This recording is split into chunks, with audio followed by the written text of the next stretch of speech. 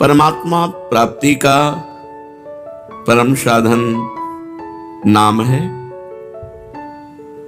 हमें केवल एक नियम लेना है, निरंतर नाम जप करने का। मन की वृत्तियां ऐसी बन जाएं कि नाम जप के बिना हमें एक क्षण भी चैन न पड़े। तद्स्मरणेन परम व्याकुलते, हर समय हर क्षण नाम जप। नाम भजन के कितने प्रकार हैं? नाम भजन के 3 प्रकार हैं, नाम जप, नाम कीर्तन, नाम स्मरण। 3 प्रकार से नाम का रसास्वादन किया जाता है, जप के द्वारा, स्मरण के द्वारा और कीर्तन के द्वारा। ये जप क्या है? प्रभु के जिस नाम में रुचि हो या जो नाम गुरुदेव ने दिया हो, उसी नाम की बार बार आवृत्ति करना, बार बार जपना, इसी को जप कहते हैं। तो जप कितने प्रकार का होता है? ये जप 3 प्रकार का होता है, साधारण जप, उपांशु जप और मानसिक जप। ये 10 गुना पूर्व से होता है। विधि विधान से यज्ञ याज्ञ जो किए जाते हैं, उनसे 10 गुना फल साधारण जप में है। साधारण जप से 1000 गुना फल उपांश में है और उपांश से लाख गुना फल मानसिक में है। मनुस्मृति में ऐसा वर्णन है। साधारण जप क्या है? जिसमें स्वर तो सुनाई दे पर वो कीर्तन नहीं है। जैसे राधा राधा राधा राधा राधा राधा राधा राधा राधा, ये कीर्तन नहीं है, ये साधारण जप है। इसे साधारण जप कहते हैं, जिसमें शब्द बाहर सुनाई दे। उपांशु जप क्या है? जिसमें जीभ और ओठ तो हिले पर शब्द बाहर न सुनाई दे। यह साधारण जप से 1000 गुना फल देने वाला है। ओठ बंद है, अंदर जीभ हिल रही, नाम या मंत्र चल रहा है। मंत्र उपांश से शुरू होता है। मंत्र 2 ही प्रकार जपा जाता है, उपांश और मानसिक। नाम 3 प्रकार से जप होता है, साधारण जिसे वाचिक कहते हैं, फिर उपांशु और मानसिक। साधारण जप से उपांशु 1000 गुना श्रेष्ठ है। वो जिह्वा चलती है, ओंठ बंद रहते हैं, शब्द बाहर नहीं सुनाई देता। मानसिक जप, जिसमें जीभ भी न हिले और न ओंठ हिले, केवल मन से मंत्र का जप करना। जैसे शांत बैठे, कोई हरकत बाहर नहीं दिखाई दे रही और अंदर मंत्र चल रहा है, नाम जप चल रहा है। इसे मानस जप कहते हैं। सुना है श्वास के द्वारा नाम जप करने से जल्दी लाभ प्राप्त होता है। हाँ, श्वासा श्वासा नाम जपे, दुविधा रहे न कोई भी श्वास खाली न जाए, उसमें नाम जप करे तो दुविधा अर्थात भगवत प्राप्ति में कोई संशय नहीं। प्रत्येक श्वास की गति की ओर लक्ष्य रखो। हर श्वास के आने जाने में श्वास के साथ नाम उच्चारण करो। अगर ऐसा नहीं बनता तो उपांशु के साथ श्वास जोड़ो, जिह्वा हिलाओ, नाम या मंत्र जप करो ओंठ बंद करके और श्वास के साथ। आरंभ में माला काउंटर जो आपको सुविधा पड़े वो ले लो और श्वास श्वास कई नाम कई मंत्र ऊपर खींचने पर छोड़ने पर श्वास प्रश्वास में जप करें। धीरे धीरे मन लगने लगता है, क्योंकि बिना मन के छूट जाएगा श्वास की गणना छूट जाएगी। हर श्वास में नाम जप करना है। स्मरण क्या है? स्मरण युक्त जप किसे कहते हैं? स्मरण केवल मन की वृत्ति से होता है। जिस जप में नाम लिखा जाता है, नाम साक्षात दिखाई देता है, सुनाई देता है, उसे स्मरण कहते हैं। पूरी स्मृति में नाम या मंत्र विराजमान है, आप उसी में डूब कर जप कर रहे हैं। ये केवल मानसिक होता है, ये न वाचिक होता है न उपांश होता है, ये होता ही मानसिक है। इसीलिए प्रायः इस पर ज्यादा देर साधक टिक नहीं पाते। नाम मंत्र चल रहा है, बार बार उसी की आवृत्ति लिख रहे हैं, बार बार उसी को सुन रहे हैं, लेकिन जिह्वा नहीं चल रही, कोई चेष्टा नहीं हो रही, अंदर ही हो रहा है। इसे जप स्मरण युक्त कहते हैं, स्मरण जप कहते हैं। ये मानस मूर्ति पूजा की भांति नामोक्षरों की भावना मन में कर सकते हैं? हाँ, कर सकते हैं। जैसे श्री राधा वल्लभ लाल जी की रूप माधुरी सामने है, अब उनके मस्तक पर लिख रहे हैं मंत्र, उनकी छाती पे लिख रहे हैं, उनकी बाजुओं पे लिख रहे हैं, उनके चरणों में लिख रहे हैं। बार बार जहां मन आया पूरे श्रीअंग का दर्शन करते हुए वहीं बार बार मंत्र लिख रहे हैं, बार बार नाम लिख रहे हैं। मानस मूर्ति की पूजा की भांति आपको लाभ देगा। क्या नाम अक्षरों की आवृत्ति का और कोई उपाय है? हाँ, मन की रुचि के अनुसार आप आकाश में कर सकते हो, आप हृदय में अपने कर सकते हो, आप अपने मस्तक पे कर सकते हो। मस्तक पे बार बार लिख रहे हैं अपने अंदर से, या आप अपने हृदय में लिख रहे हैं, या सामने बाहर लिख रहे हैं, जैसे आपकी रुचि बने।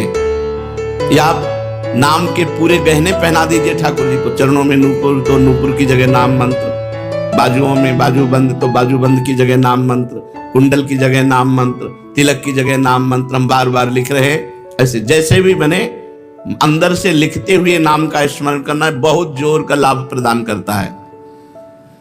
तो नाम जप, नाम स्मरण, नाम कीर्तन।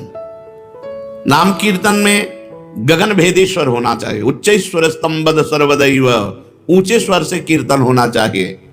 जितना उच्च स्वर से होगा उतना ही कीर्तन लाभ देगा। कीर्तन कितने प्रकार के होते हैं? अकेले भी ताली बजाते हुए भगवान नाम कीर्तन होता है। आर्त भाव से अकेले पुकारते हुए ताली बजा रहे भगवान के नाम का कीर्तन, या कई लोग मिलकर के भगवान नाम कीर्तन कर रहे हैं, भगवान का गुण कीर्तन कर रहे हैं। मृदंग है, मंजीर है, ढप आदि वाद्य बजाते हुए कई लोग मिलकर भगवान के नाम का कीर्तन, गुण कीर्तन। संकीर्तन का क्या प्रभाव है? जहां तक नाम पहुंचेगा वहां तक निष्पाप कर देगा। जिनके कानों में पशु पक्षी, जिनके भी कानों में नाम ध्वनि गुण ध्वनि पहुंची, गुण ध्वनि चतुरासी जी, जैसे आप चतुरासी जी गायन करते हैं, ये गुण ध्वनि है, महिमा ध्वनि है। नाम ध्वनि, नाम कीर्तन, राधा राधा राधा, ये जहां तक जिसके कानों में पहुंचेगी, पशु पक्षी चिड़िया सबके पाप को नष्ट कर देती है। इसीलिए इसे उच्च स्वर में गाया जाता है नाम कीर्तन। यहां तक कि जड़ वृक्ष भी पवित्र हो जाते हैं, वो जगह पवित्र हो जाती है जहां नाम कीर्तन होता है। ये तो हम समझ गए। अब हर समय नाम जप कैसे हो? भगवान के नाम में महत्व बुद्धि होने से, अपनी भूल पर पश्चाताप होने पर, मैं क्यों भूल गया इतने सेकंड नाम, और बार बार नाम की आवृत्ति अभ्यास करने से, अभ्यास की कमी के कारण, महत्व बुद्धि ना होने के कारण, भूल जाने पर पश्चाताप ना होने के कारण आपका भजन छूटता है। पूर्ण विश्वास करो, इसी नाम से सब कुछ हो जाएगा। नाम में रुचि हो जाए, नाम में प्रेम हो जाए, यही हमारी साधना की पूर्णता है। विश्वास और प्रेम ही भजन है। भजन क्या है? विश्वास और प्रेम। नाम में रुचि और विश्वास, एक इसी नाम जप से सब कुछ हो जाएगा। नाम में ही विश्वास और नाम में ही रुचि, इसे ही भजन कहते हैं। और भजन करते हुए भी यदि भजन में रुचि नहीं हो रही तो 10 नामापराधों में कोई एक अपराध बन रहा है, उससे बचना चाहिए। पहला, संत पुरुषों की निंदा। ये बड़े बड़ों से बन जाता है। जिनको अपनी साधना का गर्व होता है उनसे जरूर बन जाता है अपराध। वो दूसरे को लघु समझते हैं, हे समझते हैं। और जहां साधना इस बात की है कि सबको अपना भगवान मानना है, वासुदेवा सर्वम, सबको भगवान मानना है। मैं सेवक सचराचर रूप स्वामी भगवंत, मैं सेवक हूं, चराचर जगत मेरा भगवान है। लेकिन अपराध तभी बनता है जब अपने को बड़ा भजनानंदी, बड़ा साधक, बड़ा तपस्वी, बड़ा संत मान लेते हैं, तो फिर अपराध बनने लगता है। या हम किसी संत में दोष दर्शन करते हैं तो अपराध बनने लगता है। देखो, एक संतों की स्थिति होती है, कुछ स्थितियां ऐसी संतों की होती जिनको देखकर आपको लगेगा ये पूरे संसारी हैं, लेकिन वो संसारी नहीं है, वो बड़े भागवतिक हैं। हम बाहरी स्थितियों से नहीं समझ सकते हैं। पूज्य स्वामी श्री अनंग बोधाश्रम स्वामी जी महाराज दिगंबर रहते, गंगा जी के किनारे 12 महीना कष्ट सहते। और जब वहां खेत करने वाले जो तरबूज की खेती, सब्जी की खेती गंगा किनारे करते हैं, वो जब आते तो उनके पीछे लग जाते हो, कहते सुनो थोड़ी तमाकू दे दो, थोड़ी तमाकू दे दो। जहां धर्म सम्राट कर पाते, ये साष्टांग दंडवत जिनको करते थे, प्रभुदत्त ब्रह्मचारी जी भगवान मान के आराधना करते थे, वो महापुरुष वो कहते स्वामी जी तुम रोज मांगते हो, गरीब आदमी कहां से तुम्हें दें? अरे बोले थोड़ी दे दो यार। अब आप कैसे पहचानोगे कि किस कोटि का महापुरुष है? अगर आप उनकी इस चेष्टा को देखेंगे तो आपकी अश्रद्धा ना हो जाएगी? यार तमाकू, थोड़ी तमाकू के लिए इनके पीछे ढूंढ। और ऐसे महापुरुष के बड़े बड़े महापुरुष साक्षात चरणों में लुटते। संतों की बाहरी चेष्टाएं कुछ ऐसी हो सकती है जो हमारी समझ के परे हो, तो उन्हें केवल नमस्कार करें। पहला नामा अपराध है संतों की निंदा करना, सत्पुरुषों की निंदा करना। ये नियम ले ले, हमें किसी संत की निंदा नहीं करनी। और संत चाहे 1000 वर्ष से तपस्या कर रहे हो, चाहे आज दीक्षा लिया हो, शालिग्राम भगवान चाहे 100 वर्ष से सेवित हो, चाहे अभी विराजमान हो, वो बराबर होते हैं। जब पारस ने स्पर्श कर दिया तो चाहे 100 वर्ष पुराना सोना हो, चाहे अभी का सोना हो, वो तो सोना सोना ही है। ऐसे ही संत संत है, कभी किसी साधक के प्रति भावना नहीं तो कल का छोरा है, नहीं। वैसे भी सब में भगवान विराजमान है, संपूर्णतया भगवान ही सब, वासुदेवा सर्वम ही। तो फिर संत वेश है तो हमें नमन करना चाहिए, हमारे नेत्र सबको नमन करें। अगर किसी को छोटा मानते हैं तो दोष दर्शन हो जाएगा। सब में भगवान है। तृणादपि सुनीचेन तरोरि शैष्मा। नाम जापक, नाम कीर्तन करने वाला कैसा होना चाहिए? तृणादपि सुनीचेन। क्यों? क्योंकि अगर ऐसा भाव नहीं तो निंदा किसी न किसी की करेगा और नामापराध, नाम में रुचि नहीं होने देगा, नाम जपने में बाधा पहुंचा देगा। इसलिए सबसे पहला है संत अपराध, भक्त अपराध। भक्तों की निंदा, संतों की अवहेलना ऐसा है कि बड़े से बड़े तप को एक क्षण में नष्ट कर दे। भक्तन निंदा अति बुरी भूल करे जिन कोय, किए सुकृत बहुजन्म के क्षण में डारे खोए। एक क्षण में बहुत जन्मों के पुण्य नष्ट हो जाएंगे, एक जन्म की कौन बात कहे। इसलिए डरो, भक्तन के अपराध से डरपत रहो। ध्रुवदास जी ने कहा शांत, कोई आके गाली दे जाए, 1-2 थप्पड़ भी मार जाए तो राधे राधे। हमारे भगवान हमारी परीक्षा ले रहे हैं, हमारे भगवान आकर के हम पर कृपा कर रहे हैं, यही भाव रखो। तृणादपि सुनीचेन। मैं भी तो संत हूं? नहीं, मैं नीच हूं, मैं अधम हूं, और सब संत हैं, सब भगवान के स्वरूप हैं। ऐसा मानने वाले से कभी अपराध ही नहीं बनता। अपराध बनता है जब गुणाभिमान होता है, अपने में गुणाभिमान होता है, तब दूसरों में दोष दर्शन होता है। इसलिए यदि नाम में निरंतर प्रगति, उन्नति, रुचि निरंतर जपने की प्राप्त करनी है तो 10 नामा अपराध से बच जाए। पहला नामा अपराध संत पुरुषों की निंदा। इससे ये बहुत खतरनाक है। विश्व में हर अपराध क्षमा करने के उपाय हैं, लेकिन वैष्णव द्रोह, संत निंदा, भक्त निंदा का उपाय नहीं। भूत वज्र की लीक, इसे वही भक्त क्षमा कर दे तो बात अलग है जिससे आप अपराध किए हो, अन्यथा भगवान भी क्षमा नहीं करते। जब दुर्वासा जी भगवान के पास गए तो श्री भगवान ने कहा अहम भक्त पराधीनो असुतंत्रो इव द्विज। मैं परतंत्र हूं, ये सुदर्शन मेरे कहने से नहीं रुकेगा। अगर इसके ताप से मुक्त होना चाहते हो तो अम्बरीश जी के चरण पकड़ो जाकर। ऐसा ही करना पड़ा दुर्वासा जी को। इसलिए काहे को व्यर्थ में विपत्ति मोल में ले, काहे को पाप की गठरी सिर पर चढ़ावे, किसी की निंदा ना करे। हमको क्या लेना? भगवान जिसको जैसा चला रहे वैसा चल रहा है। तेरे भावे जो करे भलो बुरो संसार, नारायण तू बैठ के अपनो भवन बुहार। तू अपने अंदर देख, जिन दोषों को देखो, भगवान से प्रार्थना करके उनकी निवृत्ति करो, दूसरों के दोष दर्शन मत करो। दूसरा, नामों में भेदभाव, ये नाम दो। सब नाम समान फलदायक हैं। तुम्हें जो गुरु जी ने दिया है तुम्हारे लिए सर्वश्रेष्ठ वो है। ध्यान रखो, सब नाम समान फलदायक है, समान सामर्थ्य है, लेकिन हमें जो गुरु जी ने दिया है वो हमारे लिए सर्वोपरि। जैसे हमारे लिए राधा नाम सर्वोपरि। तो सब नाम हम जब बोलते हैं तो यही बोलते हैं राम कृष्ण हरि शिव जो तुम्हें प्रिय लगे जपो। हमारी पूछो तो हम वृंदावनवासी राधा उपासी, राधा राधा राधा। हमारे लिए सर्वोपरि नाम राधा है। जो राम जपते हैं उनके लिए सर्वोपरि नाम राम है। जो शिव जपते हैं उनके लिए सर्वोपरि शिव है। जो कृष्ण जपते हैं उनके लिए कृष्ण है। हर नाम समान सामर्थ्य वाला, समान फलदायी। इसीलिए एक नाम जप करके अन्य नाम जाप की अवहेलना मत कीजिए, अन्य नाम को छोटा मत मानिए, अन्य नाम का उपहास मत कीजिए। अरे तुम ये जपते हो, इससे क्या होगा? नहीं, ये नामापराध कर रहे हो, तुम्हारे नाम जप में बाधा पड़ जाएगी, अरुचि हो जाएगी। तीसरा, नामदाता गुरु का अपमान। अगर गुरु मंत्र लिए हैं, गुरु नाम लिए हैं, गुरुमुख हुए हैं, आप उन गुरु की अवज्ञा कर देते हैं, अपमान कर देते हैं, अवहेलना कर देते हैं, तो चाहे खोपड़ी के बल खड़े होकर के नाम जप करो, कभी सिद्ध नहीं होगा, कभी भगवदानंद की स्फूर्ति नहीं होगी, क्योंकि नामदाता का अपराध बन गया। अगर इतने भी सद्गुण आ जाए, कभी इतने भी भागवतिकता आ जाए, कोई दिव्यता आ जाए, वो झूठ बोले बात अलग है, कभी दिव्यता नहीं आ सकती। ये भगवान की बनाई हुई मर्यादा है। जो गुरु अवज्ञा करे, गुरु का अपमान करे, उसे कभी भी भगवत प्राप्ति नहीं हो सकती, कभी भगवान के नाम में रुचि नहीं हो सकती, कभी भगवदानंद की अनुभूति नहीं हो सकती। तीसरा है गुरु का अपमान। चौथा, शास्त्रों की निंदा करना।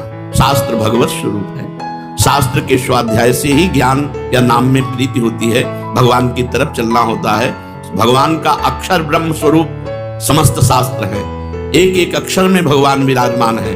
इसलिए किसी भी शास्त्र की निंदा न करो, सब शास्त्र भगवत स्वरूप है। शास्त्रों की निंदा अगर करोगे तो नाम भगवान तुम्हारी जिह्वा पे नहीं टिकेंगे, नाम में बाधा पड़ जाएगी। पांचवा, नाम में अर्थवाद। अरे इतनी महिमा नाम की, केवल गाते हैं, केवल प्रशंसा के लिए, ऐसी नहीं महिमा है नहीं, इससे बहुत पतन हो जाएगा, नामापराध बन जाएगा। नाम की जितनी महिमा गाई जाए वो सब थोड़ी है, ज्यादा नहीं है। कहूं कहां लगी नाम बड़ाई, राम न सकहि नाम गुण गाई। स्वयं भगवान राम अपने राम नाम की महिमा का पूर्ण रूप से गान करना चाहे तो वो भी नहीं कर सकते। इतनी महिमा नाम की है कि स्वयं नामी यदि नाम की महिमा का यथार्थ में पूर्णतः गान करना चाहे तो वो भी नहीं कर सकता। तो जो ऋषि मुनि संत महात्मा जितने हुए नाम जापक, वो जो वर्णन करते हैं वो यथार्थ सत्य है, लेकिन पूर्ण नहीं है। पूर्ण तो भगवान भी नहीं नाम की महिमा का गान कर सकते, इतनी अपार महिमा नाम की है।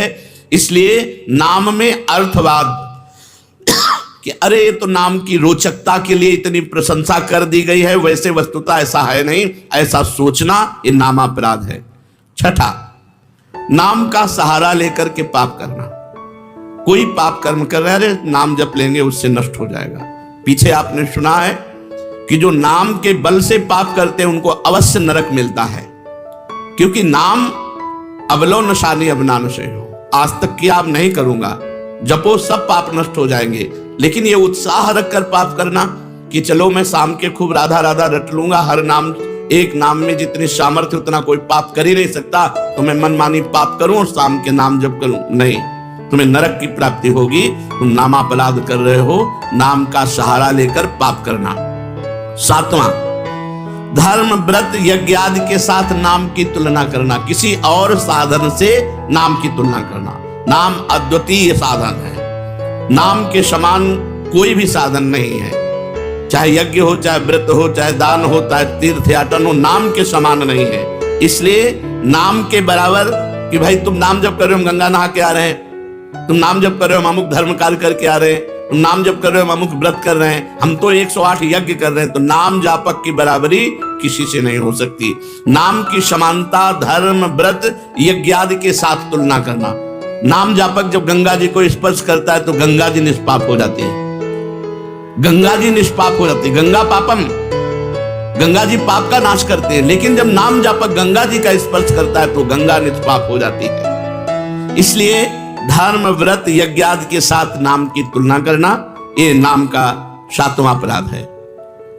आठवां, हरि निंदक, हरि विमुख, अवहेलना करने वाले भक्तों की, उन अश्रद्धालुओं को जो सुनना नहीं चाहते, जो भक्तों की निंदा करते हैं, भगवान की निंदा करते हैं, ऐसों को नाम का उपदेश करना। अब यहां विचारणीय विषय है, जो सुनना नहीं चाहते हैं, अभी आपने सुना कि जब नाम कीर्तन किया जाता है तो यदि उनके कान में नाम पड़े उनका भी मंगल हो जाएगा। उनको उपदेश नहीं करना, लेकिन नाम सुनाना है। दूर से भगवान नाम की जय घोष करनी है घोर पापी के भी कान में जाएगा तो उसका मंगल करेगा। नाम कीर्तन की महिमा में सुना। तो यहां ये बात नहीं है, यहां बात कही जाती है उसको शिष्य बनाना, उसको उपदेश करना। जो अश्रद्धालु है, सुनना नहीं चाहता, हरि निंदक है, भक्त निंदक है, ये नामापराध है। ऐसे को शिष्य नहीं बनाना चाहिए। लेकिन नाम कीर्तन सुनने का सब कोई अधिकारी है। जैसे जगाई और मधाई, मांस मदिरा आदि सबसे युक्त पुरुष, घोर दुष्ट स्वभाव, भक्त को देख करके ही गाली देना और उनका उपहास करना। हरिदास जी ने कहा नित्यानंद महाप्रभु से, छोड़ो, इनके समीप भी नहीं चलना। ये मोहल्ले में उनका तंबू लगा हुआ है, शिविर लगा हुआ है, चलोगे ठीक नहीं है। काहे को मधुमक्खी के छत्ता पे ईंट मारे, वो भरमना के तुम्हारे ऊपर ही आएंगी। तो नित्यानंद महाप्रभु ने कहा अधिकारी तो यही है, ऐसे लोग ही अधिकारी हैं हरिनाम के, जो घोर पापाचरण में रत हैं। उनके कान पर यदि हरिनाम जाएगा तो उनका भी मंगल हो जाएगा। जाके महामंत्र का उच्चारण किया, परिणाम वही हुआ जैसे बर्रा के छत्ता में कोई ईंट मार दे। शराब के नशे में थे, एक घड़ा उठाया और फेंक के मारा तो नित्यानंद महाप्रभु के सर पर लगा, रक्त श्राव होने लगा। भगवान नाम उच्चारण करते हुए ये प्रहार उनको सहना पड़ा। उनके लिए जब सूचना मिली चैतन्य महाप्रभु को तो भगवत आवेश में आ गए और सुदर्शन चक्र का स्मरण किया।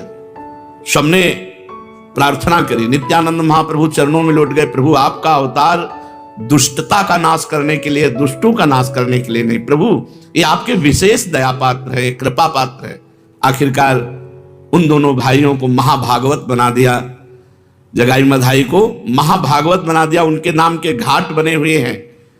तो भगवान नाम सुनने का अधिकारी सब कोई है, लेकिन भगवान नाम की दीक्षा का जो हरिनिंदक है, भक्त निंदक है, अश्रद्धालु है, ऐसे को यदि नाम उपदेश किया जाए तो नामापराध लगता है।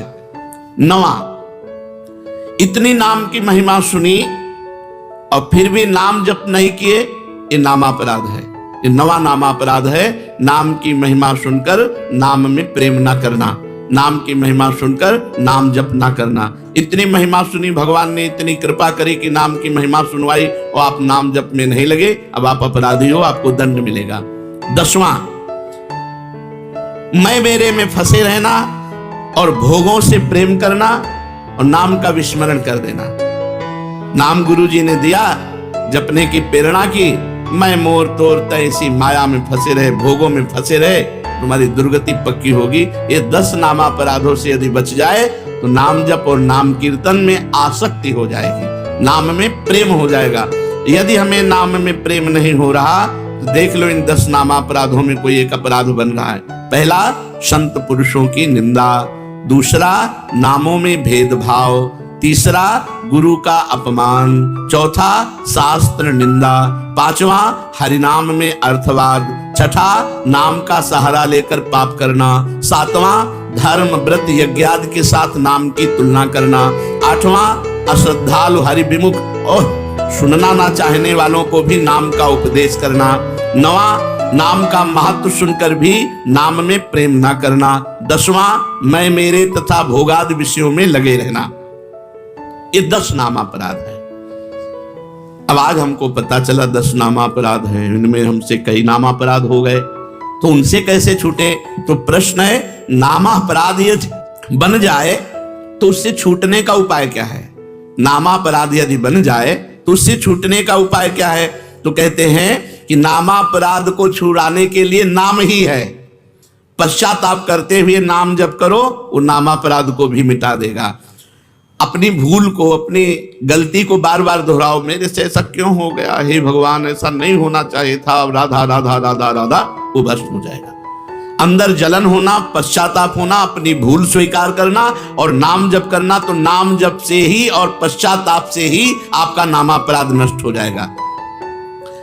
नाम आश्रय से चमत्कारी लाभ होने का क्या उपाय है कि हमारे जीवन में चमत्कार होने लगे? ऐसा कोई उपाय बताइए। चमत्कारी लाभ, भाई नाम स्वयं में चमत्कार है। एक